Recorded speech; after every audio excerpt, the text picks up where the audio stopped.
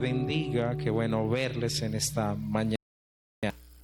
Quiero iniciar hablándole sobre una frase que vi sobre una película de la vida real que se llama Un milagro del cielo. Allí en esta película, la madre de la niña, que era la centralidad de toda la escena, dijo lo siguiente: los milagros nos recuerda que Dios está con nosotros. Y trata de una niña que tenía como una especie de una enfermedad donde perdió toda la movilidad en sus intestinos, por lo cual acumulaba en su organismo materia todo el tiempo. Y pues lo más seguro era que la niña pues fallecería ante eso. Y muchas veces, queridos hermanos, me trae a colación, me acuerdo de la película La niña muere, ¿no? Pues parece que sí. Pero la niña cae de un árbol de 10 pisos, de 10 metros, perdón, 10 pisos es muy grande, de 10 metros, y ella pierde la conciencia. Cuando la llevan a la clínica, resultó que fue todo un milagro, porque la niña ni se quebró nada y cayó de cabeza, nada le pasó. Luego la niña comenzó a mejorar, y después le comenta a su madre lo que había sucedido, y fue que ella tuvo un acercamiento con el Creador, y dentro de esa experiencia que la niña vivió, el Señor le decía que ella volvería.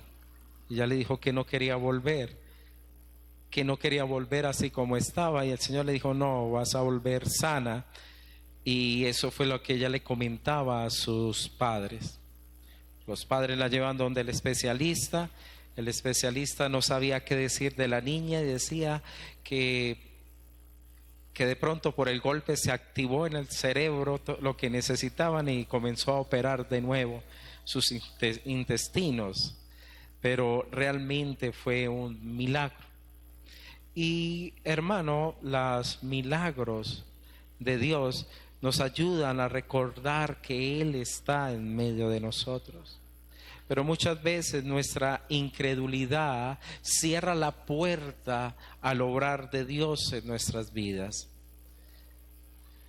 La incredulidad es un estado de vida dañino, dice MacArthur.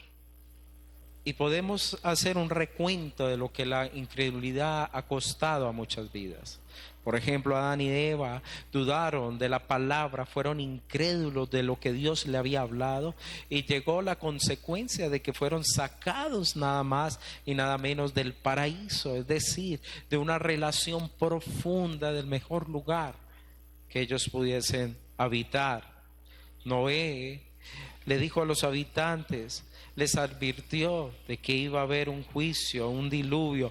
Ninguno creyó, todos se rieron de él, pero cuando vino, sabemos que la humanidad entonces fue barrida. Aarón le faltó creer y tener fe en el Dios invisible que le había sacado de la tierra de Egipto, y construyó un becerro, y allí 3,000 que presionaron por construir ese becerro fueron muertos. Los 10 espías no creyeron que Dios les podía dar a ellos esa tierra prometida, y aún ellos dejaron de creer en ese Dios que los había sacado con el mismo poder de Egipto. Ese mismo poder estaría con ellos para la conquista. ¿Qué sucedió? Toda una generación anduvo errante por 40 años en el desierto, y no pudieron entonces entrar a la tierra prometida. El pueblo, una vez ubicado allí en esa tierra prometida, comenzó a ir detrás de ídolos y dejó a Dios, dejó la palabra y sus mandamientos. ¿Qué sucedió con ellos? Fueron barridos por los asirios y llevados cautivos por Babilonia. Entonces, cuando usted y yo miramos las consecuencias que tenemos de la incredulidad en nuestras vidas, son como puertas que se cierran, donde somos desprotegidos y andamos en nuestra propia, entonces, prudencia o nuestro propio camino o sendero. Queridos hermanos, la palabra nos habla de que Jesús, capítulo 6, si ustedes son tan amables, expresa una frase que le llama a uno la atención en el versículo 6 y dice que estaba asombrado de la incredulidad de ellos. En la Biblia hay dos cosas que asombraron a nuestro Señor Jesucristo: la fe del romano, del centurión, de este hombre que creyó que solamente la palabra, la autoridad que había en Jesús designada era suficiente para sanar entonces a su siervo. Y Jesús se sorprende, se asombra ante tanta fe, y no era la fe de un judío. Pero la otra asombro es de esa manera negativa, donde Jesús veía asombrosamente la incredulidad del pueblo, una incredulidad que cerraba puertas a muchos. Y vamos a mirar entonces sobre esta incredulidad, y lo he llamado, teniendo en cuenta el versículo 6, la asombrosa incredulidad. Y es asombrosa realmente, porque hay que tener demasiado para ser uno incrédulo, aunque no lo crea. En el versículo 1 del capítulo 6 la palabra dice lo siguiente: salió Jesús de allí y vino a su tierra. Esta tierra entonces era donde él habitaba, Nazaret. Volvió a Nazaret y le seguían sus discípulos. Y llegando el día de reposo, comenzando a enseñar en la sinagoga, y muchos oyéndole se admiraban y decía: ¿de dónde tiene estas cosas? ¿Y qué sabiduría es esta que le es dada? Y estos milagros por sus manos son hechos. ¿No es este el carpintero, hijo de María, hermano de Jacobo, de José, de Judas y de Simón? ¿No están también aquí con nosotros sus hermanas? Y se escandalizaban de él. A Jesús les decía: no hay profeta sin honra sino en su propia tierra y entre sus parientes y en su casa. Y no pudo hacer allí ningún milagro, salvo que sanó a unos pocos enfermos, poniendo sobre ellos las manos. Y estaba asombrado de la incredulidad de ellos, y recorría las aldeas de alrededor enseñando. Dejémoslo hasta ahí. Jesús, después de haber, digamos, hecho muchas cosas, recordemos que Marcos nos habla del evangelio de Jesucristo, el Hijo de Dios, aquel entonces que tenía la autoridad de callar los vientos y aplacar un mar embravecido, aquel que tiene la autoridad de sacar legiones. Y hace 8 días vimos aquel que tenía entonces ese señorío y autoridad de levantar muertos y sanar enfermedades incurables. Este que ya era reconocido, que su fama se había extendido en todas las regiones, aún de Jerusalén subían allí los fariseos, por eso ellos eran muy contrarios a Jesús, porque su fama se había extendido. Jesús entonces vuelve a su lugar natal, no donde nació, sino donde se cría, el cual fue Nazaret, allí en medio de los que le conocían. Nazaret para la época se habla que era un lugar muy insignificante en su tamaño con respecto a las ciudades que había en Israel en su época. Más o menos, los estudiosos comentan que no superaba a los 500 habitantes, era un pequeño caserío, por lo cual Jesús en cierta manera era muy conocido allí. Por eso dicen, este no era el carpintero. Ahora, ellos le habían conocido, digamos, en su función normal, y no cuando fue llamado, digamos, por el Espíritu Santo a la obra, cuando fue bautizado y comenzó entonces a proclamar su ministerio. es necesario que comprendamos que el ministerio de Jesús arranca a los 30 años, debido entonces que era la edad del sacerdocio. No fue un capricho que no lo hiciera a los 15, a los 20, sino que también el Señor se sujetaba a lo que Dios había ordenado. Eso también ya quita mucho comentario de que usted lee que Jesús entonces de niño hacía muchos milagros y todo. O si fuera así, lo hubieran aceptado fácilmente. Él comienza su labor a la edad de los 30 años a hacer el ministerio. ¿Qué hacía entonces anteriormente? Lo que aprendió de su padre. El trabajo de carpintería no solamente era la madera, sino la construcción. Es decir, en todo eso él se dedicaba. Ahora, teniendo nosotros ese contexto, vamos a mirar por qué esa gente no creía en el Señor Jesucristo.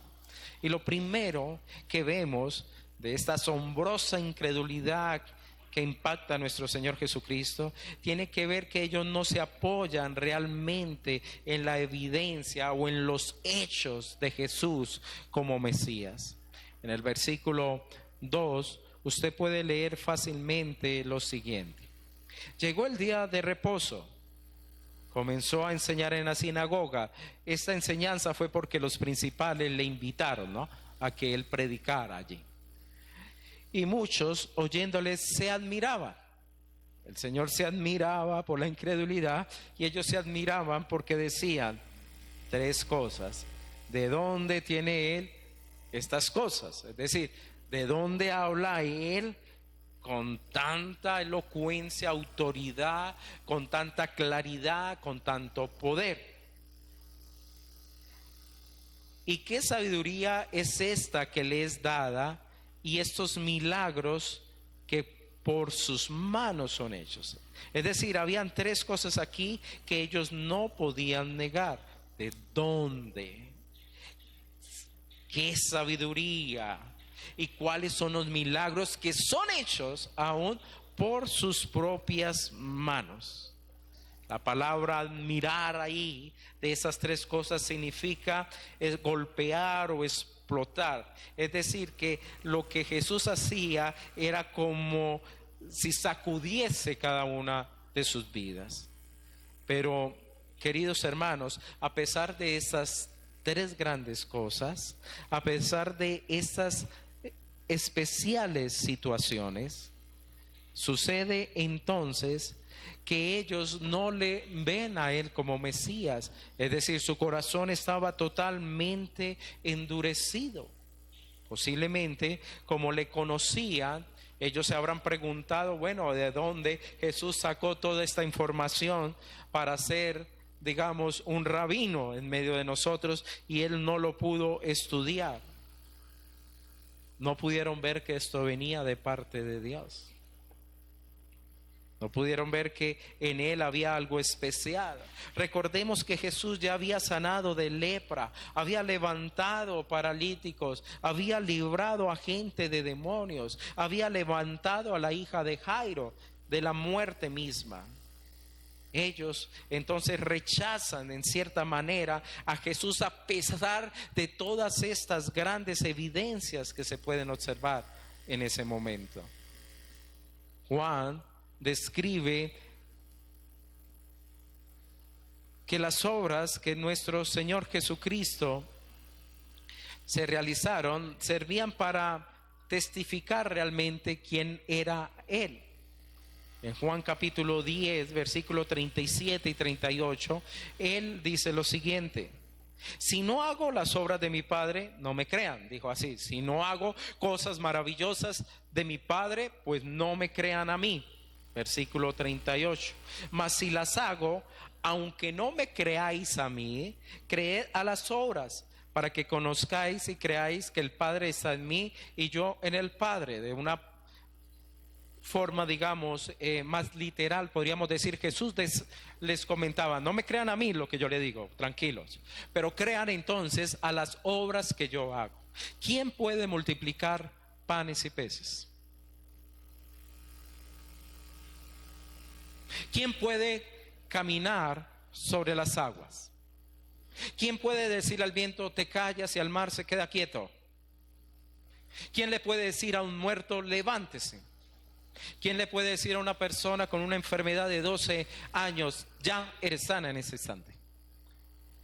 Si no me crean a mí, crean entonces en las obras. Y estas mismas obras están dando testimonio de quién es Jesús.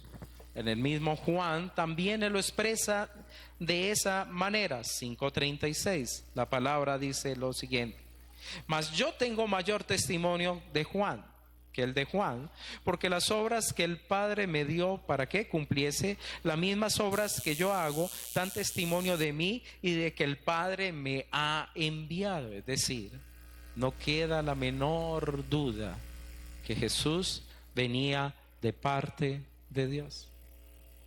Recordemos que Marcos es claro en decir, el reino de los cielos se ha acercado. Y era, digamos, la viva, testimonio de que Dios estaba allí. Ahora, los de Nazaret no dijeron que él venía de Dios ni que venía del diablo. Pero ¿qué decía la otra gente porque Jesús hacía eso? En el mismo Marcos capítulo 3, versículo del 22 al 30, usted va a leer claramente que esa gente le decía que las obras que él hacía venían de Belcebú.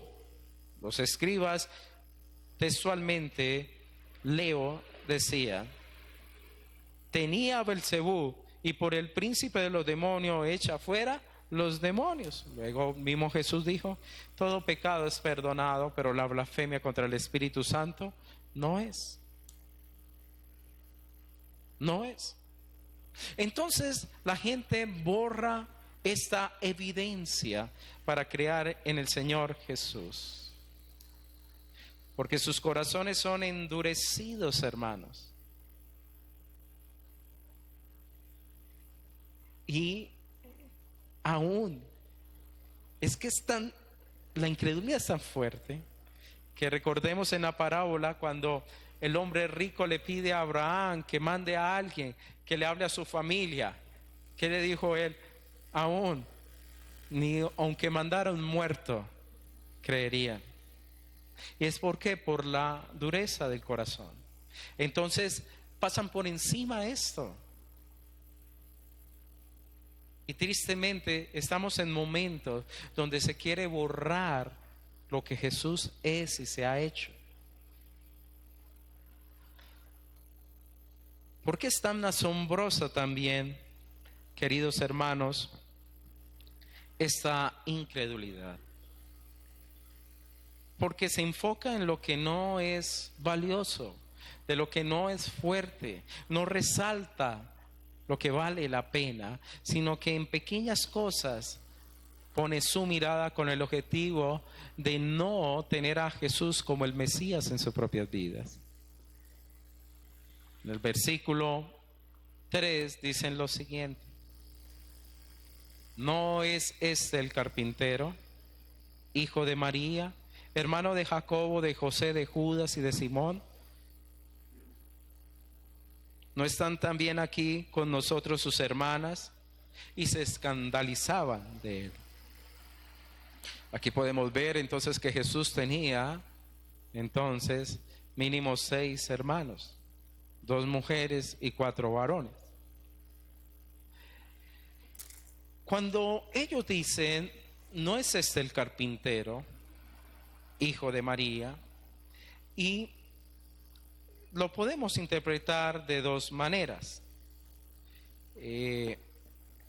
Uno, que su padre José ya no vivía, por eso dicen hijo de María, pero también puede ser muy, digamos, más como aplicado al momento, porque vemos un desprecio hacia creer quién es Él. Que hijo de María significaba en cierto sentido que era ilegítimo. Es decir, en esa época cuando se hablaba de un hijo, se daba con respecto al nombre de su padre. Por ejemplo, Bartimeo era el hijo de Timeo. La palabra bar es pequeño, es decir, como hijo. Entonces, aquí está Bartimeo, el hijo de tal, o se hablaba de tal persona, hijo de tal. Ahora, cuando ellos decían hijo de María, en cierta manera podría ser que se mencionaba entonces como alguien ilegítimo, y era como una forma de acusar a Jesús y, digamos, soportarse para poderlo rechazar de alguna manera. Hermanos, la gente buscará cualquier cosa para desechar a Cristo de sus vidas. Ahora, ¿era relevante esto? Para nada. ¿Qué fue lo que se había dicho o qué hablaba las profecías? Que él nacería entonces en la tribu de Judá, que sería entonces alguien que era del pueblo de Israel, que nacería en Belén, que regresaría de Egipto. Es decir, ellos no realmente vieron la palabra y la profecía que mostraba quién era Jesús, sino que a partir de su propia comprensión y conocimiento. Por eso usted va a escuchar muchos que van a decir, Jesús, no, un gran hombre, un gran maestro, un personaje tremendo moral, pero no van a verlo realmente como es el Hijo de Dios y el Mesías. Por eso, queridos hermanos, aquí nosotros de una vez podemos ver el pecado en el corazón de estas personas. La palabra dice que el que no cree será condenado, pero el que cree no será condenado, pero el que no cree ya ha sido condenado. Es decir, el rechazar a Jesús trae grandes consecuencias a la vida de una persona. Aquí uno puede ver algo especial, y es que de los hermanos de Jesús, 2 se nombran, los cuales después de que él resucita creen. Jacobo, que el que usted lee ahí es el que escribió Santiago, el que es el mismo nombre, y Judas es el que escribió entonces la epístola que está antes de Apocalipsis. Ambos se volvieron columnas para la iglesia, sobre todo Jacobo. ¿Por qué es esta, digamos, asombrosa la incredulidad, hermanos? Porque cierra la puerta a la obra de Dios. Mire conmigo el versículo 4. Mas Jesús les decía: no hay profeta sin honra sino en su propia tierra y entre sus parientes y en su familia.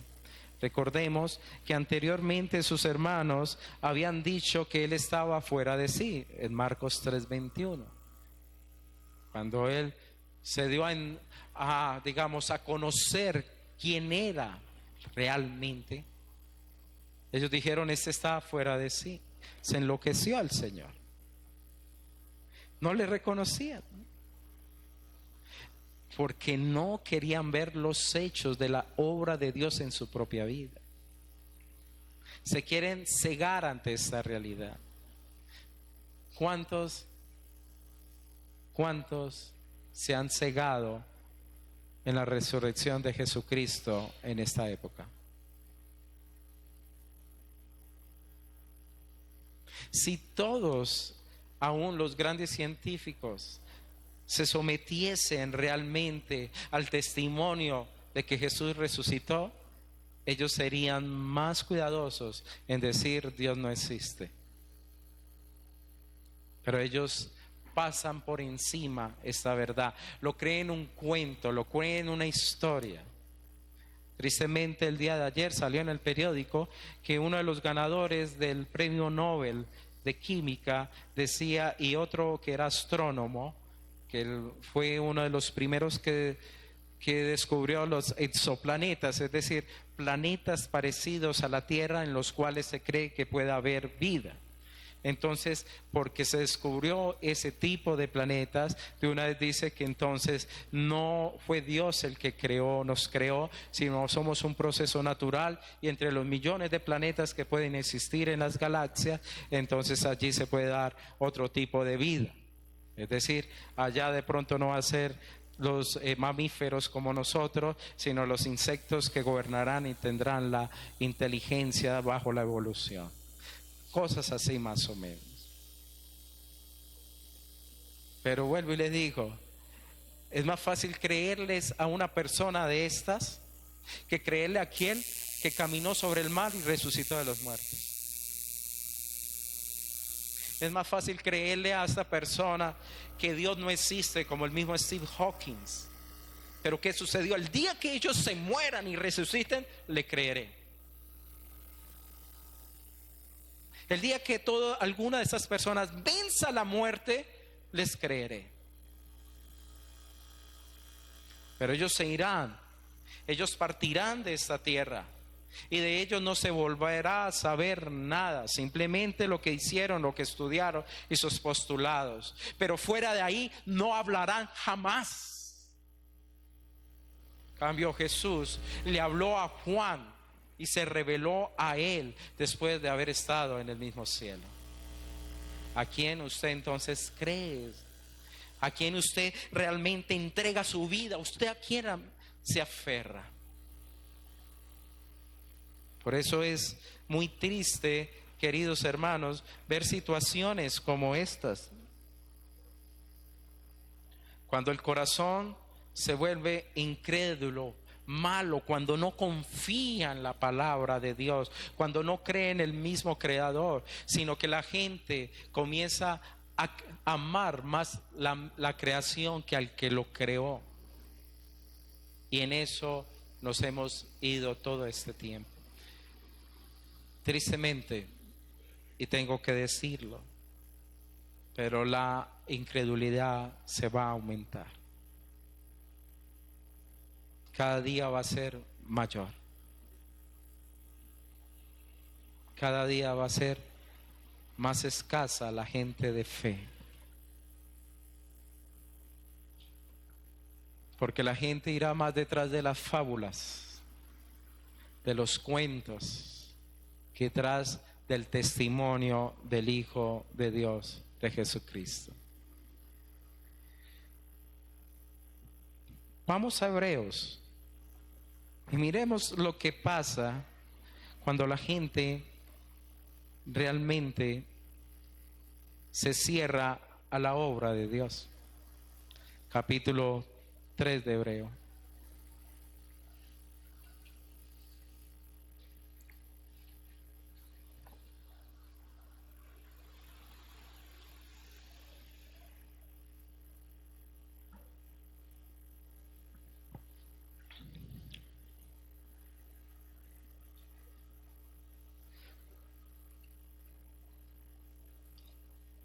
Ya estamos la mayoría en el versículo 3 del versículo 7 del capítulo 3.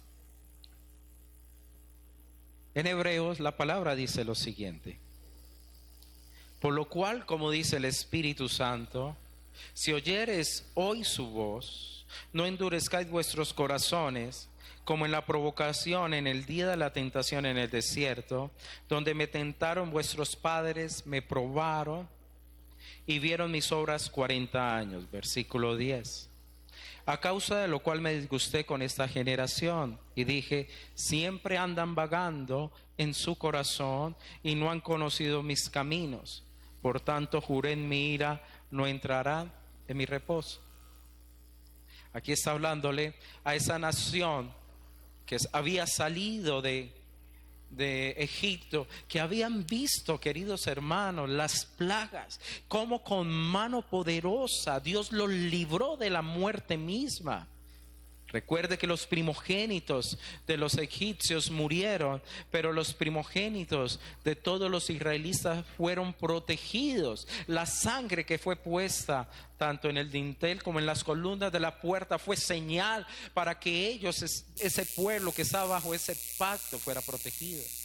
Es esa nación, hermano. No está hablando de una nación que no haya visto las maravillas de Dios. Una nación que vio como un mar fue abierto, como hubo agua en medio de una roca, como hubo alimento cuando no había de dónde coger, cómo fueron sustentados con un pan que nadie había visto, un mismo pan del cielo.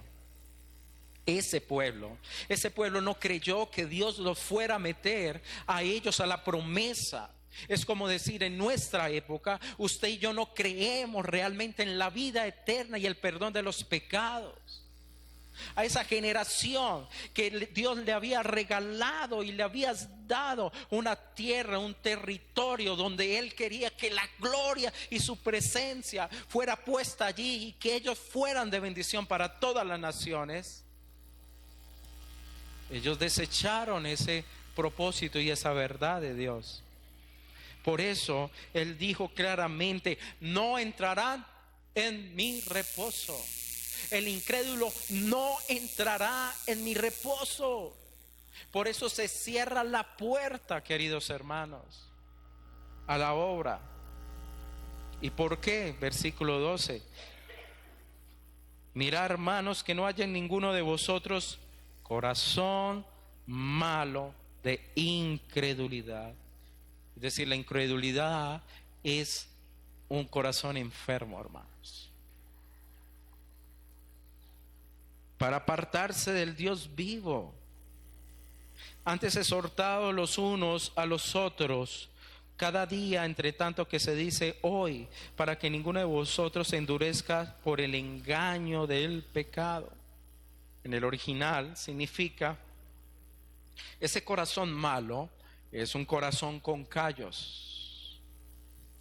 Me acuerdo de mi abuelo. Mi abuelo tenía callos. Y eso era durísimo. Se los tenían que tratar y no sentía nada. El que tiene callos no siente. Eso era el corazón malo, que no penetra la palabra de Dios. Es decir, queridos hermanos, es triste esa realidad, porque son muchas las personas que por más que uno le hable, la palabra no va a penetrar. Dese usted como bienaventurado por haber sido llamado, hermanos.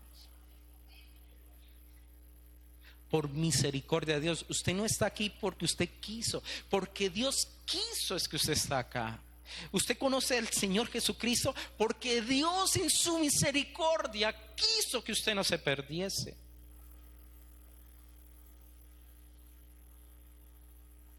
No hay nada que usted y yo podamos haber ganado. El que no cree en Dios es contado como pecado, hermano. El no creer es un pecador y es pecado en sí mismo. Por eso, en Hebreos capítulo 4, versículo 11, hay una frase muy linda ahí. Procuremos pues entrar en aquel reposo, para que ninguno caiga en semejante ejemplo de desobediencia. ¿Cómo, hermano, usted y yo escaparemos ante un juicio de esto? Si Dios, con un pueblo que los sacó de Egipto y ellos no creyeron, fueron, digamos, a juicio. ¿Qué tiene usted y yo que seamos mejor que ellos? ¿Qué hay en usted que sea mejor a un israelita de esa época? Nada, hermanos. Lo único que tenemos de diferencia es que usted y yo conocemos sobre el Señor Jesucristo algo que para ellos todavía estaba velado. No habían visto toda esa grandeza de la misericordia de Dios. Pero tuvieron el Cordero, que usted lo lee en Éxodo 12, que era como la representación de aquel que iba entonces a suplir a través de su vida y su sangre la protección de los que habitasen en esa casa. Es decir, era una sombra del verdadero, de la grandeza del Hijo de Dios que iba a venir. Por eso es que la incredulidad es peligrosa. Éxodo 21:8, la palabra dice lo siguiente.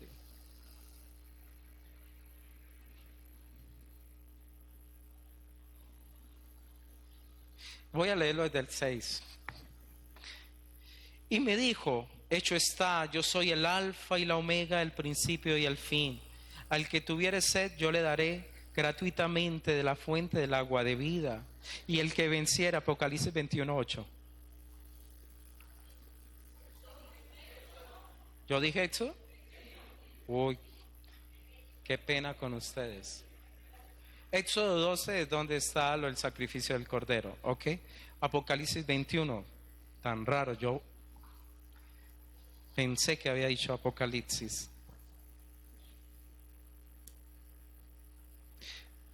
En el versículo 7 dice, el que venciere heredará todas las cosas, estoy hoy pegado. Y yo seré su Dios y él será mi hijo. Pero los cobardes e incrédulos, los abominables y homicidas, los fornicarios y hechiceros, los idólatras y todos los mentirosos tendrán su parte en el lago que arde con fuego y azufre, que es la segunda muerte. Recuerde el comienzo, pero los cobardes ¿y qué? Incrédulos. ¿Verdad que ser de fe, hermano, necesita uno ser valiente, ¿no? Y mucho más en esta época. Hermano, cierra las puertas de la obra. Cierra la puerta. Y por último, la asombrosa incredulidad, hermanos, pierde la oportunidad de lo sobrenatural. Y cuando uno sigue leyendo ahí, la palabra dice en el versículo 5 de Marcos 6, y no pudo hacer allí ningún milagro. Salvo, es decir, como unas excepciones hay ahí, que sanó a unos pocos enfermos poniendo sobre ellos las manos. El versículo 7 dice que llama a los 12 y les da autoridad sobre demonios inmundos, ¿cierto? Ahora, miremos el versículo 12. Los apóstoles entonces saliendo predicaban que los hombres se arrepintiesen y echaban fuera muchos demonios y ungían con aceite a los enfermos y los sanaban. Echaban fuera muchos, ungían con aceite a muchos, mientras que se nos habla que el Señor Jesús en Nazaret sanó a unos pocos. Es decir, hermanos, se cierran las puertas para que lo sobrenatural trabaje en nuestras propias vidas. Y no es que faltara poder en el Señor Jesús. Dios puede hacer milagros sin necesidad que usted y yo creamos. Él no depende de usted para actuar. Cuando Él sanó al paralítico que estaba en Betesda, Él no creía en el Señor Jesucristo, pero Él mostró su misericordia. Al hombre que estaba ciego, no conocía del Señor Jesucristo, y Él le sanó. Es decir, no era necesario, hermano, que haya entonces la fe nuestra para que Dios opere un milagro. Pero muchas veces nos preguntamos por qué no sucede el milagro. ¿Por qué Dios no hizo un milagro en Nazaret? Y los milagros que Él hizo era con el objetivo de ¿qué? Que la gente creyera entonces que Él sí era el Hijo de Dios, porque las mismas obras daban testimonio. Ahora, no hacerlo allí, queridos hermanos, significaba entonces que no era necesario hacerlo. En pocas palabras, era como perder, digamos en nuestra época decir perder el tiempo. Es decir, el corazón de ellos estaba tan endurecido que no eran dignos de un milagro de Dios. Y aunque usted no lo crea, a veces cuando Dios no hace un milagro, es misericordia. Es como extraño, ¿cierto? Mire el versículo 11. Y si en algún lugar no os recibiesen ni os oyeren, salid de allí y sacudid el polvo que está debajo de vuestros pies para testimonio de ellos. De cierto os digo que en el día de juicio será más tolerable el castigo para los de Sodoma y Gomorra que para aquella ciudad. Tremendo, ¿no? Sacude. Y esto se da, queridos hermanos, porque esta dureza y esta ceguera no permite que resplandezca el Evangelio, aunque un ángel brillante, hermano, se le pare y le diga, crean en el Señor Jesucristo, ni así. ¿Y a qué se debe esto? Que tienen el corazón totalmente entenebrecido, dice la palabra. Segunda de Corintios, capítulo 4, versículo 4 dice lo siguiente: el Dios de este siglo cegó el entendimiento de los incrédulos para que no les resplandezca la luz del Evangelio de la gloria de Cristo, la cual es la imagen de Dios. ¿Qué es lo que quiere el enemigo, hermanos?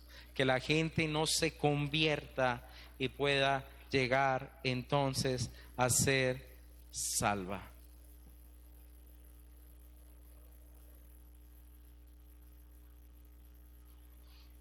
En conclusión, Señor, sale de ese lugar. Y eso trae consecuencias catastróficas, hermano. Porque el que no acepta a Cristo tal cual como es, no le ama. Y la palabra dice claramente que el que no amare al Señor Jesucristo sea anatema, es decir, es maldito.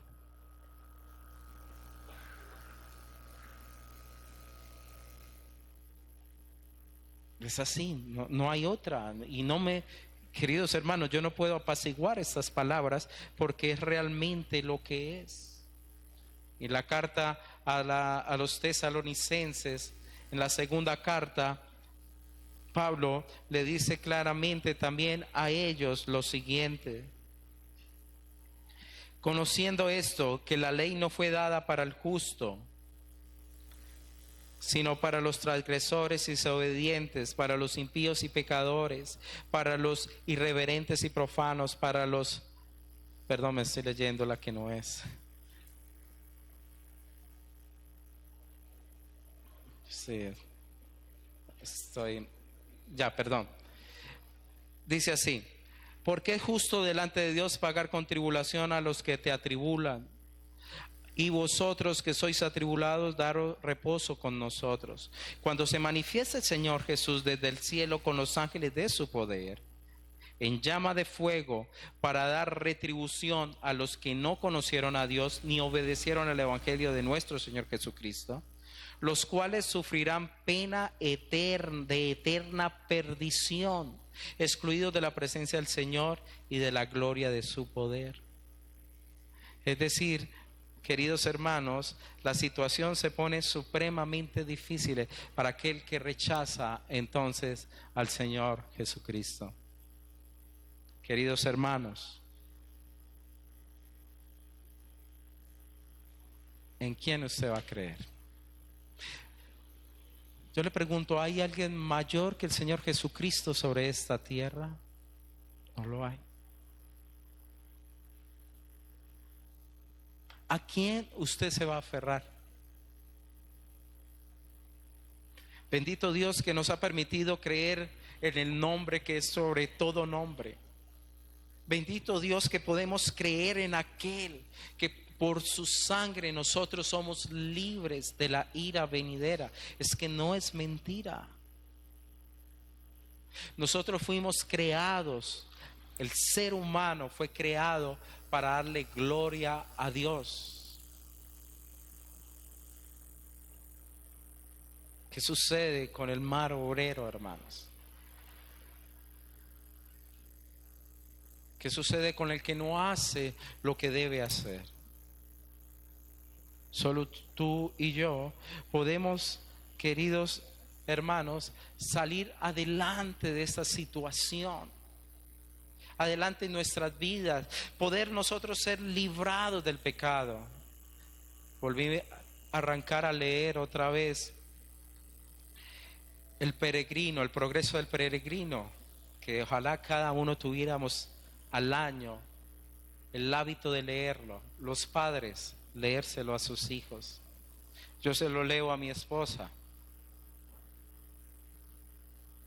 Y Cristiano, la figura central de la historia, el peregrino, decía: ¿cómo yo puedo escapar de ciudad de destrucción?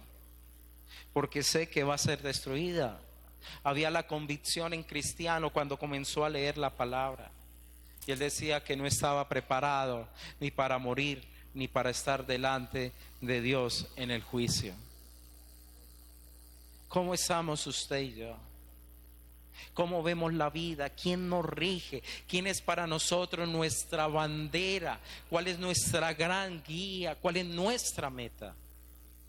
Si usted y yo no lo tenemos, queridos hermanos, aferrado a nuestro corazón, cualquier científico que se pare, cualquier modelo que venga, nos va a decir: no crea en Dios porque no quieren a Dios. Ellos no fueron llamados por Dios. Ellos no hallaron gracia delante de Dios. Ellos no tienen el Espíritu Santo. Ellos no nacieron de nuevo. Ellos no tienen una fe en la cual hay una convicción, hermanos, para abrazar a Cristo. No estoy negando que en la ciencia hay conocimiento, pero hay algo, hermano, que se llama fe, que va más allá de lo que usted y yo podemos entender.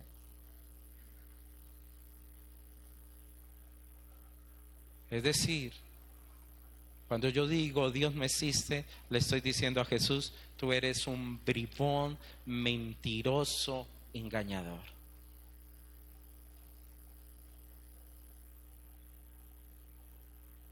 ¿A quién usted seguirá?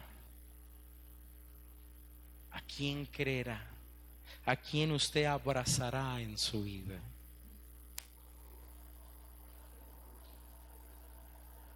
Oh, hermanos, no endurezcáis vuestros corazones.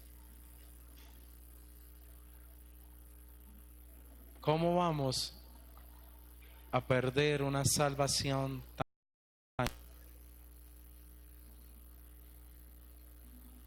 No estoy diciendo no piense, no estudie, no conozca. Dios es más grande que este universo. Él es mayor de lo que usted y yo podemos ver. Él es más magnífico de lo que el hombre piensa y cree.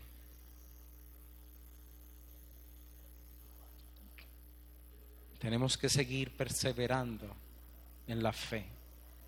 Y la fe viene por el oír la palabra, hermanos. Es leer la palabra, orar, buscar a Dios. Si aún los demonios creen y tiemblan, hermanos, aún los demonios, ¿qué nos creemos nosotros para desmentirlo?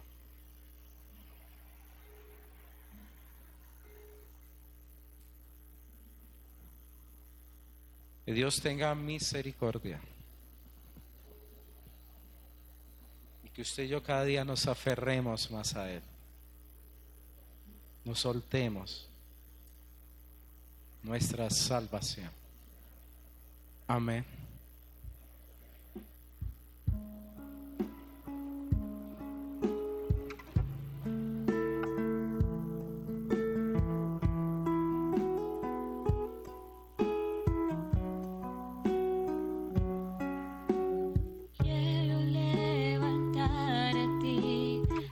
manos.